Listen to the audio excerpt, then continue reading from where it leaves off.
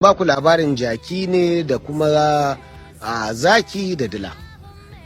Dila je samu sarki zaki ya ce masa ya je nemo masa abin da zai kalace da shi, in ba haka ba ya kashe shi. Dila ya fita a tsorace, yana zuwa ya ci karo da jaki. Ya ce wa jaki kana ina? Jaki ya ce gani. Ya ce mu je, sarkin dawa ne ya turo ni, ya ce in ga maka cewa za a maka sarauta.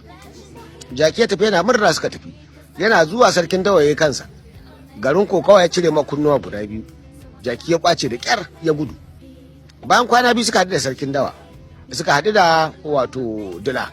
Ya ce dila za ka zalunce daga kai da wajen sarkin dawa har a cire min kunnuwa, na aminta da kai. Sarkin dawa ya ce masa kai, kunnuwan da aka cire maka ai dan a ji daɗin maka raɗi ne, kuma wanda za a kafa maka aka ne. Jaki ya ce ya to lalle ya fahimta. Dila ya ce mu ƙarasa wajen sarkin dawa dan a maka daɗinka. Suka sake komawa, jaki na zuwa sarkin dawa ya sake far masa, garin kokawa ya cire majela. Jaki ya kwace da kyar ya gudu. Bayan kwana biyu suka sake haduwa da dila. Ya ce kai dila ya kamun haka, an cire mun kunnuwa kuma yanzu gashi an zo an cire mun jela. Ya haka sai ya ce ai jela da aka cire maka dan ka ji dadin zama ne akan kujeran mulki. Ya ce Allah ko ya ce kwarai kuwa. Ya ce mu koma dan a maka sarautar ka. Suna zuwa sarkin dawa ya samu ya banke jaki ya cinye shi a wannan lokacin.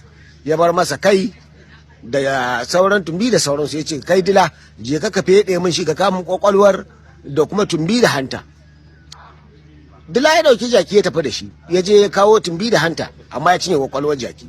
Sarkin dawa ya ce ina kwakwalwar? Sai ya ce ranka shi dade, ai jaki bai da kwakwalwa, dan inda yana da kwakwalwa da bai dawo ba har sau biyu kana abin nan kai masa barbara. Ya ce kwarai ko ya da jaki bai da kwakwalwa. To jama'a, muna da jaki, muna da sarkin dawa, muna da dila a cikin wannan kasar tamu. A siyasar mu da wani mabiya da kuma talaka, waye jakin, waye sarkin dawan, kuma waye dila.